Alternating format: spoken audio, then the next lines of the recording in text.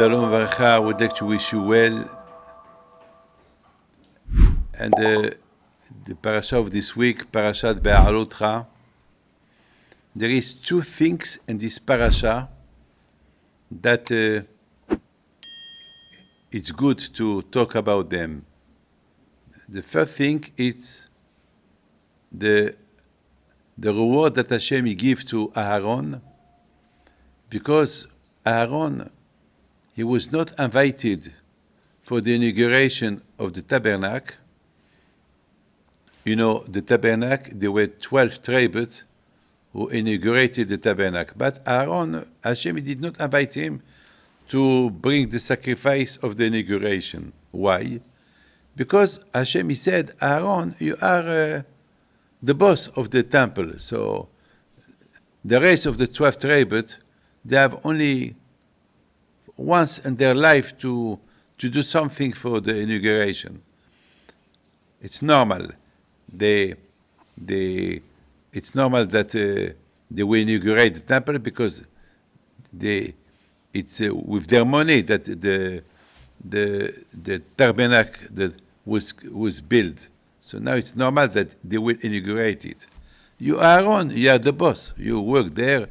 You do all the time sacrifice. You are the Kohen Gadol on Yom Kippur. It's the Kohen Gadol. It's Aaron who does all the job on the day of Kippur. So it's normal. So Aaron was not invited because it's logic.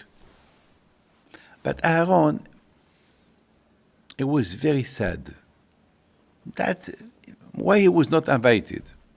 So Hashem told him, okay, because you are sad, but because I did not invited you, so I give you a reward. I give you something. You will be the one who will light the candles of the menorah. So it's every day. So, the question is, what is the connection? There is a Or HaChaim HaKadosh who asked this question. A lot of rabbis ask this question. It's like somebody who lost a Mercedes and you give him a bicycle.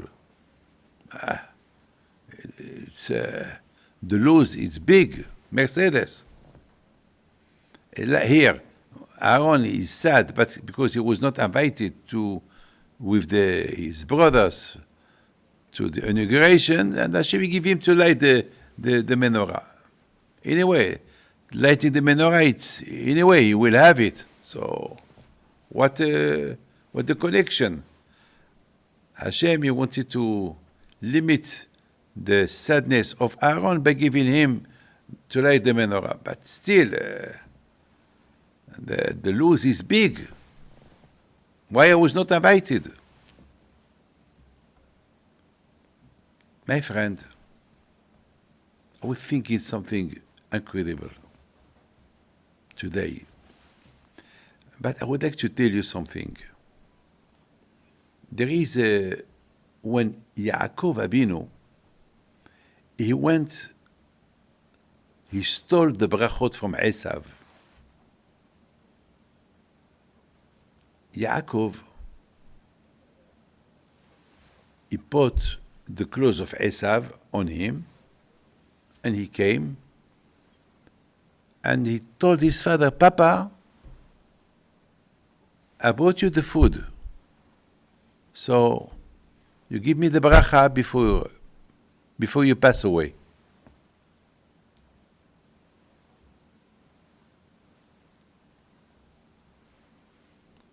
Yaakov Abinu, he did not change his voice. He went with his voice. That means Yitzhak Avinu, he knew the one who is next to him, it's not Esav, it's Yaakov. And Yitzhak said, Hakol kol Yaakov, ve'yadayim yedei Esav. Wow, I hear the voice of Yaakov. Are you Yaakov? Are you Yaakov? So Yaakov Avinu said, yes. Hakol kol Yaakov, the voice. And the Midrash said that when Yaakov Avinu came with the food to Yitzhak Avinu, the smell of Gan Eden was with him. Paradise. Don't forget, the tzaddikim smell Gan Eden. Especially Yitzhak Avinu. When Abraham is sacrificed Yitzhak, at that moment, the doors of the Shamayim opened. And Yitzhak, he saw the Shamayim, he saw the angels, and he smelled Gan Eden. So he knows the smell of Gan Eden.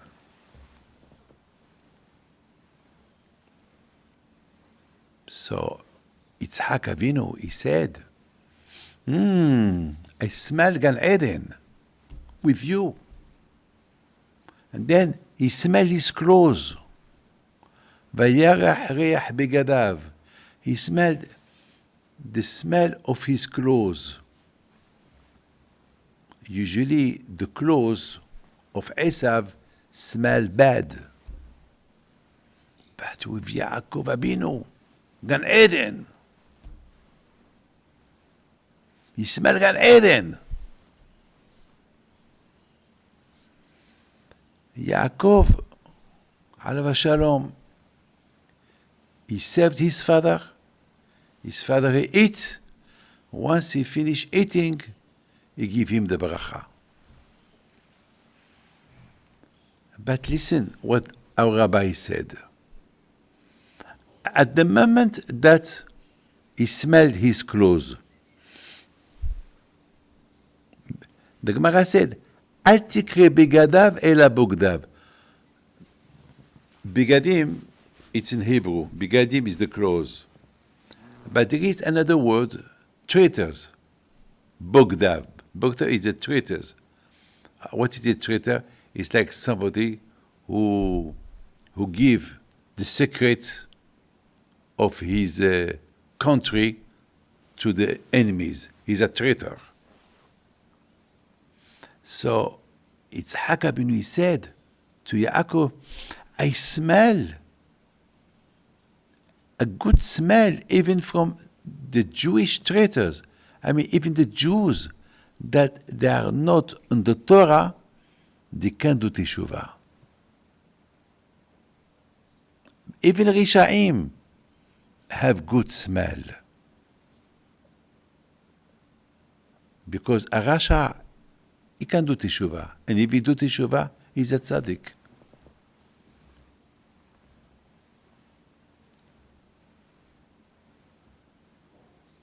My friend, the Gemara said there was a man, his name is Yosef Mishita. Yosef Mishita was a big Rasha. When Titus wanted to burn the temple, the Beit HaMikdash, he was a little bit afraid, scared. What's going to happen? Maybe God, he will punish him. Because he knows that all the people that they did bad things to the Jews or to the Beit HaMikdash, they've been punished. Like Nebuchadnezzar, he destroyed the first temple and he was punished at the end. So he didn't want to touch the Beit HaMikdash first. So he made an announcement. He said to the Jews, to the prisoner, if there is a Jew who he can go inside and he can the Beit HaMikdash and he can take whatever he wants. And of course, no Jew wanted to take that risk to go inside the temple, Beit HaMikdash. and to steal from there everything that belongs to Hashem. So there was one. His name is Yosef Mishita, with no yarmulke, no beard, a fighter. He was a fighter against Rome. He was not religious, no emunah. And he said, hey, Titus, I will take a big risk to go inside. But what it is, would I have my life saved? You don't kill me? He said, no. Not only I will not kill you, you will be my friend. I will give you a palace in Rome. You will march with me when we arrive to the boulevard of Rome to inaugurate the Ark of Titus. You will be my friend. You will have the best of Rome. Just go inside your temple, whatever you take, it's yours. I want you to be the first one to steal from the temple so we can burn it. I don't want to be the first one. I'm superstitious. But as I see, you're not religious. Okay? Okay, Titus. He went inside. After 1 hour, 2 hours, 3 hours, 4 hours, he came outside, and he came with a menorah. And he said, Titus, hi, Titus, I take this. Titus told him, no. Take anything you want, but not this. That is the menorah, that is the symbol of your Torah. I don't want a Jew to take the symbol of the Torah. The symbol of the Judaism is the menorah, the Chanukah. That I want to take it to Rome. That's why they are building an ark for my glory, ark of victory, the ark of Titus, and there is a picture of the menorah there. I will not give you that. I want to go to Rome with this, with you, together. But first, that you should not take it. Take something else for you. So Yosef Mishita said to Titus, no, I've done enough in my life. I've been a big Rasha. Now, I ask Hashem to forgive me or what I did. I don't want to go again inside. Look, Titus answered, if you don't do that, I kill you. You can't kill me. Anyway, you will kill me. I don't trust you. But I will not go back again. You want to kill me? Kill me with the menorah in my hand. My friend, the end of Yosef Mishita was that the Romans killed him. And a voice from the Shamayim came and said, Yosef Mishita, you die for the name of Hashem, you have Olam Haba, you have Gan Eden, and that's what the Gemara said. When Yitzhak Avinu, he smelled the body, the clothes of Yaakov, he smelled not only the tzaddikim that they're going to come out from him, but he smelled even the Rashaim, that a Rasha, and he has a chance to do a teshuvah. Like Yosef Mishita, that he was a big Rasha and he did teshuvah. So the question is, how Yosef Mishita, how he did teshuvah? Before he entered the temple, he was a big Rasha. What happened? He became a tzaddik. What happened? What he saw inside the Beit HaMikdash that he made him to do teshuvah? What he saw in the menorah? Why the menorah made him to do teshuvah?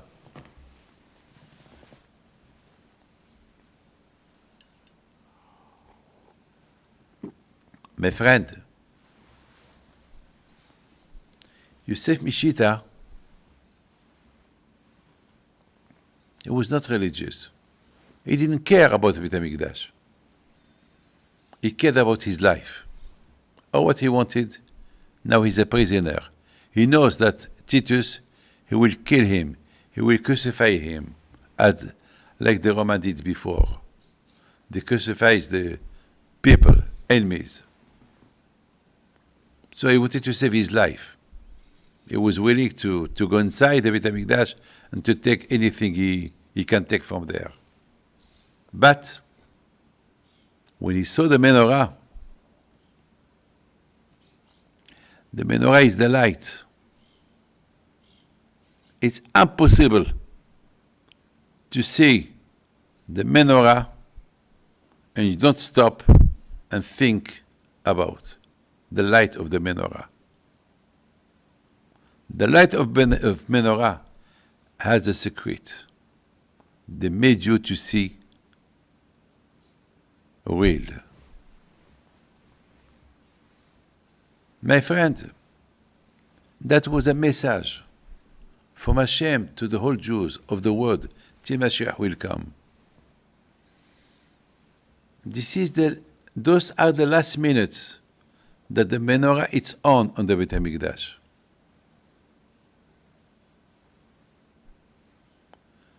Those minutes of menorah, they change the mind of Yosef Mishita. They did a brainwash. What the problem of the brain? Today we're talking about the artificial intelligence. Artificial, not real intelligent. The real intelligent, it's my brain. My brain, it's the real one, is the normal one. Artificial could be very dangerous. Not only it could be, it can be very, very dangerous because it's artificial. It's not real. Has no control.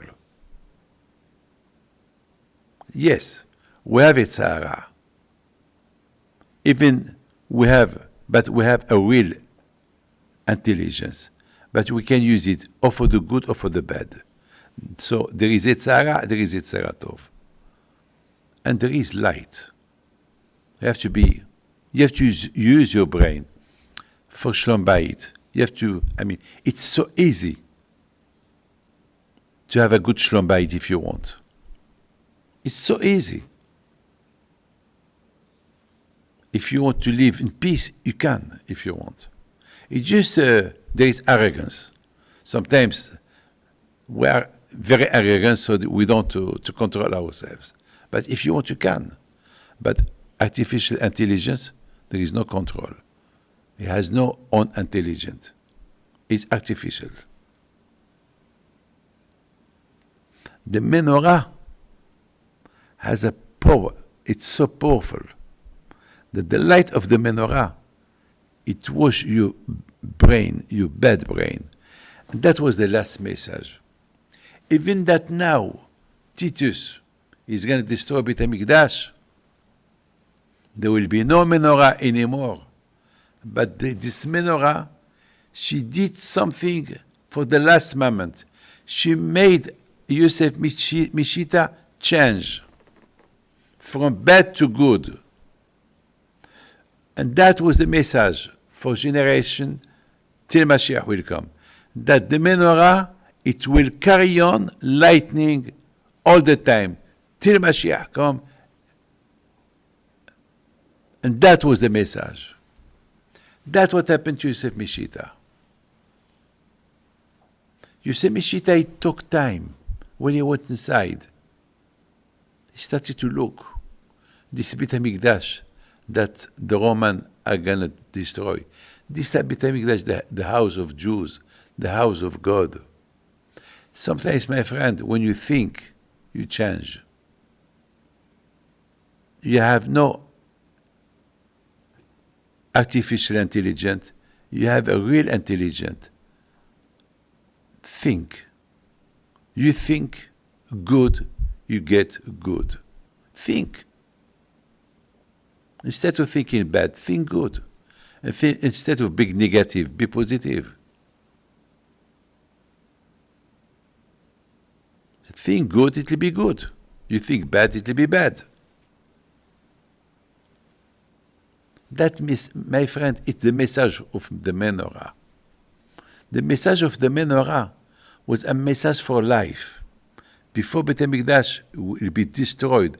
And that's why Titus, he didn't want Yosef Mishita to take the menorah. Because by taking the menorah for himself, it's like, it's a declaration of victory.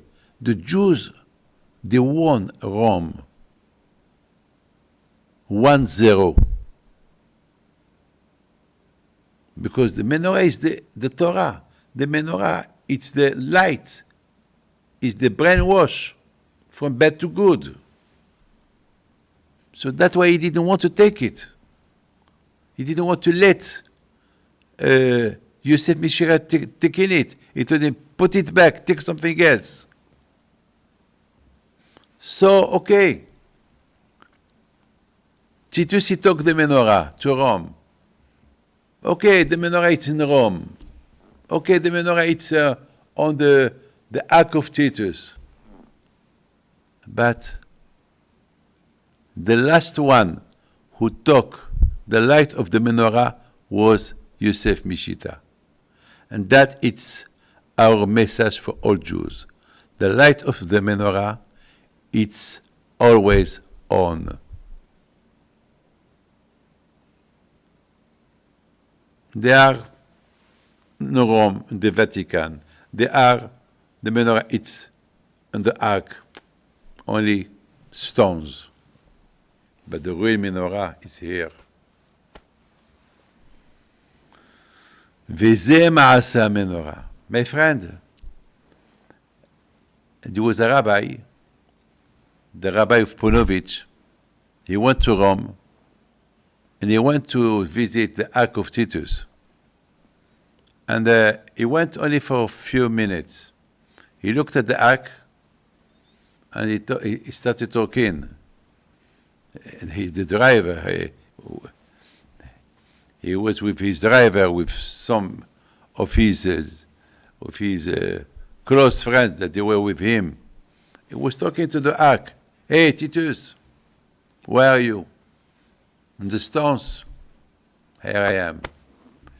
You took the menorah, but you didn't take me. The menorah is what?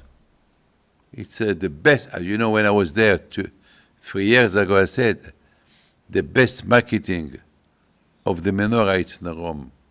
Every person who passes and see the menorah, he think about us.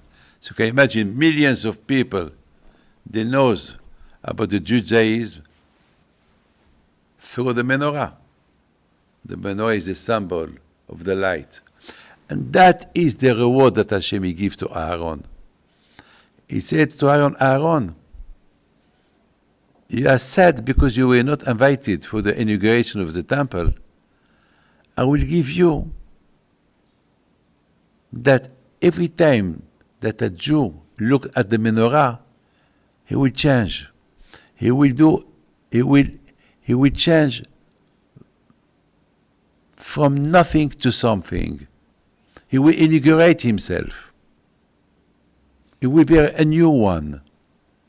What it is inauguration? To inaugurate something new.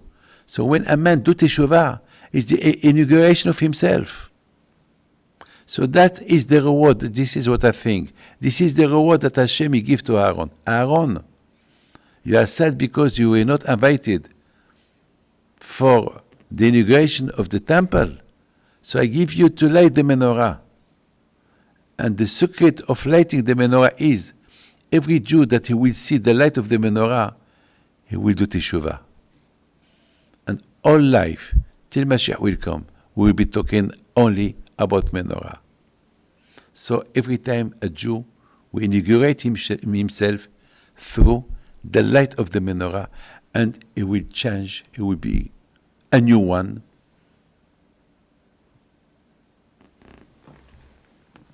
And good. The most important thing is to be good. And if you are good, how to be good? Serve Hashem. That was the Paracha that Yitzhak Abinu, he gave to Yaakov. Yaakov, the Paracha I give you, that even bad Jews, that they will come out of you, they will smell good. At the end, they will do teshuvah. And Baruch Hashem, there is no Jew that he didn't do in his life a mitzvah. And the mitzvah, it's the light of the menorah. The light of the menorah represents the light of the Torah. So each mitzvah that you do has a connection with the menorah. This is the reward that Hashem gives to Aaron HaKohen. Just can you imagine? Because Aaron was sad, because he was not invited to do the inauguration. Look, the reward that Hashem gave him. Can you imagine somebody who does a mitzvah, how much he should do it? He should do it with a meaning, he should do it with happiness. Look, Aaron HaKohen, he showed sadness because he didn't do. That means if he had the possibility to do it, so he would do it even more. And I think the Torah said, Vayasken Aaron. The Torah said that is a compliment. What is the compliment? That Aaron, whatever Hashem tell him to do, he did it. Of course he will do it. Yes, of course. But a lot of people do it, but they don't do it as they should do it.